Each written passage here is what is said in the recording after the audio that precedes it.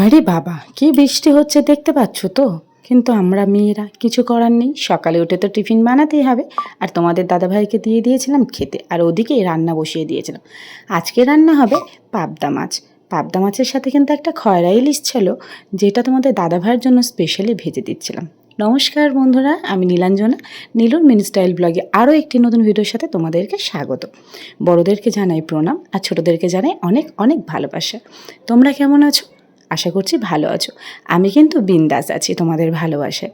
এই দেখো, কথা বলতে বলতে দাদা ভাইয়ের মাছ ভাজাটা কড়া করে ভাজা হয়ে গেল। আর তোমাদের দাদা ভাই কিন্তু এমনি কাটা মাছ খেতে পারে না, কিন্তু এই সব মাছগুলো কড়া করে ভেজে দিলে কিন্তু বেশ ভালোই খেতে পারেন। তারপরে ওনার জন্য মাছটাকে ভেজে দেওয়ার পর মাছটাকে তুলে রাখছিলাম একটা প্লেটে। তারপরে ওই তেলের মধ্যে দিয়ে দিয়েছিলাম পাবদা মাছগুলো। পাবদা মাছগুলো এত ছিটকাচ্ছিল জানো তো, একটা সময় না পাবদা মাছ ভাবতে গেলে বা কোনো রকম মাছ ভাজতে গেলে আমি ভীষণ ভয় পেতাম। কড়ার মধ্যে মাছটাকে দিয়ে 2 হাত দূরে চলে যেতাম সবসময় ভয়ে। আর এখানটায় দেখো, একটু পেঁপে আলু কেটে রেখেছিলাম পাবদা মাছ দিয়ে করবো, যদিও এটা ফার্স্ট টাইম করছি। আর পেঁপেগুলো যেহেতু একটু হালকা পেকে পেকে গেছিলো, মানে লাল হয়ে গেছিলো, তাই খুব চিন্তার মধ্যে ছিলাম যে রান্নাটা না জানি কেমন হবে। কিন্তু রান্নাটা আমি যেভাবে করেছি, তোমরাও কিন্তু করে দেখতে পারো, খুবই টেস্টি আর খুব সুন্দর লেগেছিলো। একটু মিষ্টি মিষ্টি হয়েছিল ঠিক কথা, কিন্তু খুব স্বাদের হয়েছিল জানো তো। তাই প্রথমে আমি কড়াইয়ের মধ্যে দিয়ে দিয়েছিলাম 5 ফোড়ন আর পেঁয়াজ, তার সাথে কাঁচা লঙ্কাও ছিল, সেটা আমি পরে দিয়েছিলাম। আর সবজিগুলোকে হালকা করে ভেজে নিয়ে তরকারি করেছিলাম। আমি লঙ্কার পরিমাণটা একটু বেশি দিই না, মানে একটু কমই দিই, কারণ আমার বাচ্চাটাও যেহেতু খায়, ও তো অনেক ছোট। আমি ওর জন্য আলাদা করে করি না, আমরা যেটা করি সেটাই ওকে দিই। তো সেই কারণেই অল্প করে একটু লঙ্কা দিয়েছিলাম পরে। আর এখানে আমি একটু আদা ঘষে দিয়েছিলাম, কারণ আদার পরিমাণটা একদম কম ছিল, মানে আদা ছিল না বললেই চলে। তো অল্প একটু আদা ঘষে দিয়েছিলাম। আর দেখো, কথা বলতে বলতে কিন্তু আমার অনেকটা পরিমাণে কষে তরকারিটা হয়ে এসছে, সেদ্ধও হয়ে এসছে। তো আমি সেখানে একটু জল ঢেলে দিলাম, আর সেটাকে জল ঢেলে দিয়ে একটু ফোটার অপেক্ষা করে, মানে ফোটানোর জন্য রেখে, তো ফোটানোর পর মাছটাকে দিয়ে দেব। তো ওই দেখো কি সুন্দর এসছে না কালারটা। তরকিটাও কিন্তু ওই যে বললাম, তরকিটা খুব সুন্দর হয়েছিল। তোমরা কিন্তু ট্রাই করে দেখতে পারো, তরকিটা কিন্তু খুবই সুন্দর লাগে। হ্যাঁ, তার সাথে আমি করে নিয়েছিলাম একটু ডাল, আমার ছেলে আর ছেলের বাবার জন্য। তো ওদের জন্য একটু ডাল করে নিয়েছিলাম। আর মাছের তরকারিটা, দেখো কথা বলতে বলতে মাছের তরকারিটাও হয়ে গেল। আর এখানে দিয়ে দিলাম আমি পাবদা মাছটা। পাবদা মাছটাকে দেওয়ার পর কম জোরে একটু ফুটিয়ে নিয়ে তারপরে মাছগুলোকে কিন্তু ঢেলে নিয়েছিলাম একটা পাত্রের মধ্যে, মানে তরকারিগুলোকে একটা পাত্রের মধ্যে ঢেলে নিয়েছিলাম। তো এখানে দেখো একটু ফুটিয়ে নিচ্ছি, যাতে মাছটা যেন একটু ভালো করে মজে যায় তরকারির মধ্যে। আর এখানটায় অলরেডি আমি কড়াইয়ের মধ্যে থেকে তরকারিটা গামলির মধ্যে ঢেলে নিয়েছি, আর সেটাই তোমাদের সাথে একটু শেয়ার করছিলাম। কি দুর্দান্ত কালার হয়েছে না, স্বাদটাও কিন্তু অপূর্ব হয়েছিল জানো তো। ফার্স্ট টাইম যেহেতু পাবদা করেছি, সেই নিয়ে একটু কনফিউজডও ছিলাম যে না জানি তোমাদের দাদাভাই খাবে কি খাবে না, কিন্তু তোমাদের দাদাভাই আমাকে কিন্তু ভীষণ প্রশংসা করেছে। আর জানো তো, মেয়েদেরকে হাজব্যান্ডরা যদি প্রশংসা করে, তাহলে তার উপরে তার কোনো প্রশংসাই হয় না। তো আমার তো খুবই ভালো লেগেছে। আর আজকের মেনুতে রান্না করেছিলাম মাছের ঝোল, তোমাদের দাদা ভাইয়ের জন্য মাছ ভাজা ছিল, আর ছিল গরম গরম সাদা সরু চালের ভাত, আর ছিল ডাল, ওই যে বললাম একটু ডাল করেছিলাম, আর ছিল কুমড়ো আলু দিয়ে একটা চচ্চড়ি, যেটা তোমাদের সাথে শেয়ার করিনি, মানে রান্নাটা করেছিলাম সেটা শেয়ার করিনি। এরপরে আমাকে গুছিয়ে গাছিয়ে বেরোতে হবে, তাই সকাল সকাল বৃষ্টি হচ্ছে বাইরে, আর আমি এখানে ঘরের মধ্যে রান্নাবান্না করে তোমাদেরকে সেটা শেয়ার করছি। তারপর আমি কিন্তু বেরিয়ে পড়লাম আমার ক্লাসের উদ্দেশ্যে। তো এই দেখো, অলরেডি আমি মেট্রোতে চলে এসেছি। আর সারা রাস্তা এত বৃষ্টি হচ্ছিলো যে আমি তোমাদের সাথে কিছুই শেয়ার করতে পারিনি, যে আমি কখন অটোতে উঠলাম, কত দূর এলাম, কী করলাম সেটা শেয়ার করতে পারি না। আর এই দেখো অলরেডি আমরা মেট্রো স্টেশনে, আর মেট্রো স্টেশনে তোমাদের সাথে শেয়ার করছি না। এই দেখো আমার ছাতাটা ভিজে রয়েছে, কারণ আমি ছাতাটা টানিয়েই, মানে ছাতাটা আমার ভিজে গেছে, তার প্রমাণ হচ্ছে বাইরে বৃষ্টি হচ্ছিলো। তো ছাতাটা মাথায় করেই তো আমি এসেছি, সেটাই তোমাদের সাথে একটু শেয়ার করে নিচ্ছিলাম। আর আজ কিন্তু এখানে সারাদিন বৃষ্টি হয়েছে, রাস্তাঘাটের অবস্থা ভীষণ খারাপ, আর তোমাদের সাথে আমি সেটাই শেয়ার করছিলাম। তারপর চলো তোমাদেরকে আমি দেখাচ্ছি মেট্রো স্টেশনের অবস্থাটা ঠিক কেমন ছিল। সাময়িক বৃষ্টিটা থেমেছিল ঠিক কথা, কিন্তু চতুর্দিক এত পরিমাণে কালো হয়েছিল যেন মনে হচ্ছিল সন্ধ্যা পড়ে গেছে, মানে বিকেল টাইমটা হয়ে গেছে। এই দেখো তোমাদেরকে আকাশ ভর্তি কালো মেঘে ভরে রয়েছে, আর মেট্রো স্টেশনটাও পুরো খাঁ খাঁ করছে বৃষ্টি ওয়েদারের জন্য জানো তো। আমরা ওয়েট করছিলাম মেট্রো আসার জন্য, আর সেই মুহূর্তে তোমাদের সাথে একটু শেয়ার করে নিচ্ছিলাম চতুর্দিকটা ঠিক কী অবস্থা। তার কিছুক্ষণ ওয়েট করার পর দেখলাম মেট্রো এসে গেছে। তো মেট্রোর মধ্যে না প্রচুর পরিমাণে লোকের ঠাসাঠাসি ছিল। তো আমরা মেট্রোতে ওঠার পরও আমি তোমাদের সাথে একটু শেয়ার করে দিয়েছিলাম যে মেট্রোর মধ্যে ঠিক কী কী পজিশন ছিল। মানে মেট্রোর মধ্যে এত লোক ছিল যে বসার কোনো জায়গা নেই। দেখো ছোট ছোট বাচ্চারাও পর্যন্ত দাঁড়িয়েছিল। তো সেটাও তোমাদের সাথে একটু শেয়ার করে দিলাম। আর এটা কিন্তু ক্লাস থেকে ফিরে আসার সময়ের তোমাদেরকে সময়টাকে আর কি তোমাদের সাথে শেয়ার করছি। তো সেখানটায় যাওয়ার পথে খুব খিদে পেয়েছিল বলে ভেবেছিলাম ওয়াও মোমো এই দোকানটি থেকে কিছু একটা কিনে নেব। ও মা, এত দাম! আমাদের মতো মধ্যবিত্ত ঘরের মানুষ সাময়িক কিছু একটা খেয়ে পেট ভরানোর জন্য কিন্তু এইসব দোকান আমাদের জন্য নয়। আমাদের এইসব দোকানের দাম দেখলেই আমাদের খিদে মিটে যায়। কারণ যদি একটা জিনিসের দাম যদি 100 টাকা অথবা 200 টাকা থেকে শুরু হয়, তাহলে আমার মতো মধ্যবিত্তদের আমার মনে হয় না তারা পারবেন সেইটা অ্যাফোর্ড করে সেই খাবারটা কিনে খেতে, তাই না?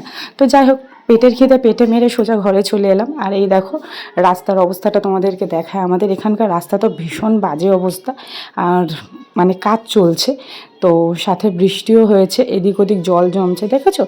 একটু একটু করে কাজ চলছে, মাঝে মধ্যেই কাজ হয় আবার মাঝে মধ্যেই বন্ধ করে বসিয়ে রেখে দেয়। আর সেটা একটু তোমাদের সাথে শেয়ার করে দিচ্ছিলাম। এটা হচ্ছে আমাদের সোনারপুর।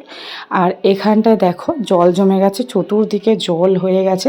আর আমরা যে রাস্তা দিয়ে যাচ্ছিলাম সেই রাস্তায় এত জল ছিল, মানে কি বলবো তোমাদেরকে, যেন মনে হচ্ছে গাড়িতে না, সাঁতার কেটে গেলে বোধহয় ভালো হতো। মানে ছোটোখাটো একটা নদী হয়ে গেছিলো।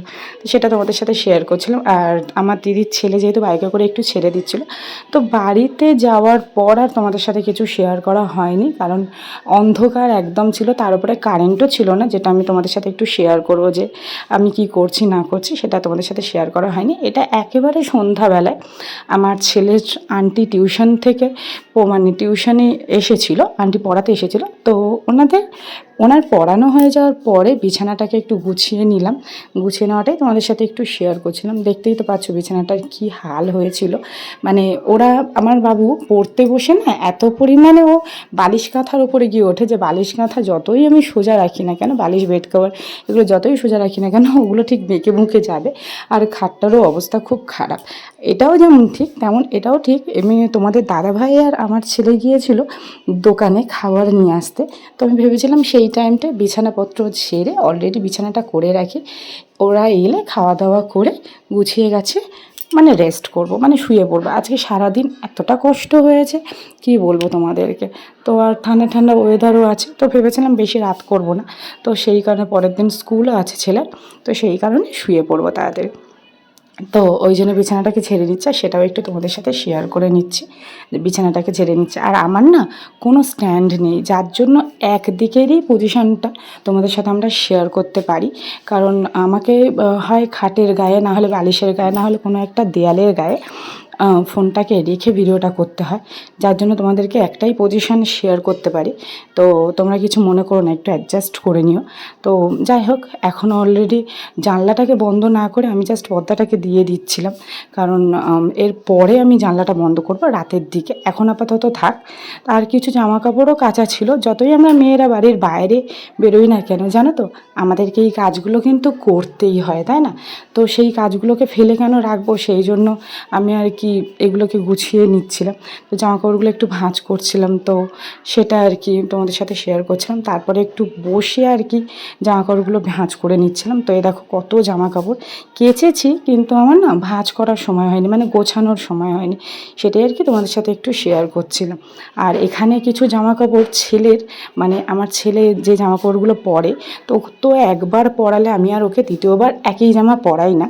তো কিছু জামাকাপড় এর মধ্যে যোগ হয়ে গেছিলো, তো সেই জামাকাপড়গুলোকেও আমি ফেলছিলাম পরের দিন কাচার জন্য। আর আমার খুব বাজে একটা ম্যানিয়া, জানো তো বন্ধুরা, আমি একটা জামা দুবার পরাতে একদম পারি না, না নিজে পরতে পারি না অন্যকে পরাতে পারি, মানে বিশেষ করে আমার ছেলেকে। এটা কিন্তু আমার খুব বাজে অভ্যাস, আমার মাও আমাকে অনেক বকাবকি করে তার জন্য।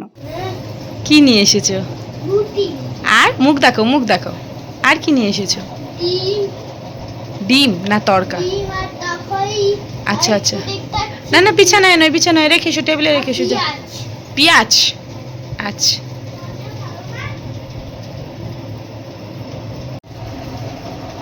ওটাকে কাচার জন্য ফেলেছি। ঢোকা কত টাকা ঢোকালে? 100 টাকা। তো তোমার পিগি ব্যাংকটা দেখাও, দেখো তোমার পিগি ব্যাংকটা।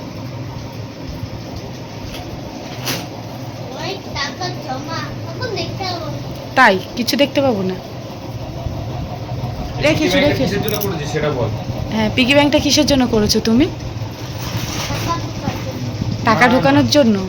আর আর স্কুলে ভর্তি হওয়ার জন্য পিগি ব্যাংক। ইস, ওটা খাওয়ার জিনিস না, রেখে এসো, যাও রেখে এসো রেখে এসো। এই দুষ্টুমি শুরু হয়ে গেল। হয়েছে কিছু টাকা? কত জমলো মনে হয়? হ্যাঁ, কত জমেছে মনে হয়? 1000-1200। ছেলের ভর্তি ফিসটা হয়ে যাবে? ছেলের ভর্তি ফিসটা হয়ে যাবে? ছেলের ভর্তি ফিসটা হয়ে যাবে? হবে না? না কিছু তো হবে, কিছু হলেই যথেষ্ট। কি বলো সোনা?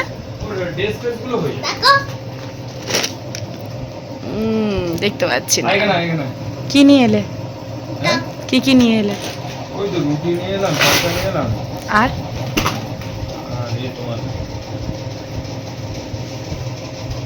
কি দিচ্ছ ওর মধ্যে? দিলে টাকাটা যেগুলো নোংরা টাকা বা ঘেমে যাচ্ছে, টাকাটা ঘেমে ও, ওরকম করলে ভালো থাকে।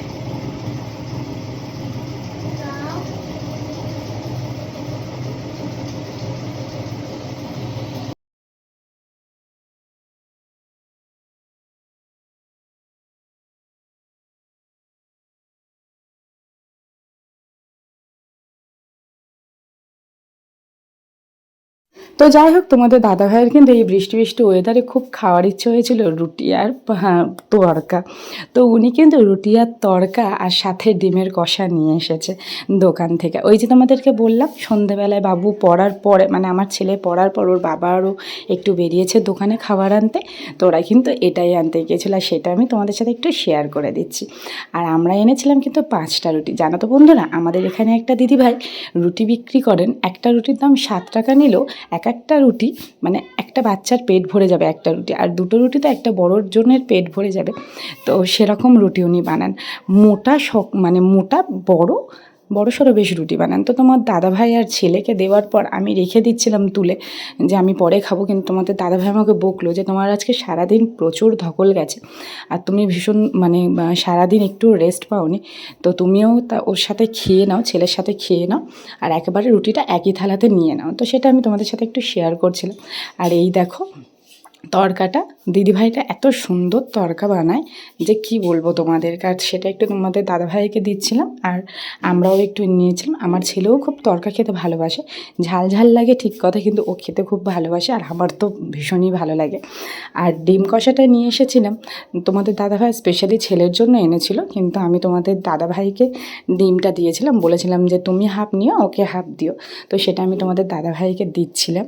তো যাই হোক বন্ধুরা, আজকের ভিডিওটা কেমন লাগলো তোমরা কিন্তু অবশ্যই কমেন্টের মাধ্যমে জানিও, আর অবশ্যই কিন্তু লাইক কমেন্ট শেয়ার অবশ্যই করে দিও। আর ভালো লাগলে আমার পাশে থেকো, কারণ আমাদের তোমার ভালোবাসার ভীষণ প্রয়োজন, তোমাদের ভালোবাসার ভীষণ প্রয়োজন। আমি চাই তোমাদের সাথে গল্প করতে, সময় কাটাতে, তোমাদেরকে অনেক অনেক কথা জানাতে, মনের কথা বলতে।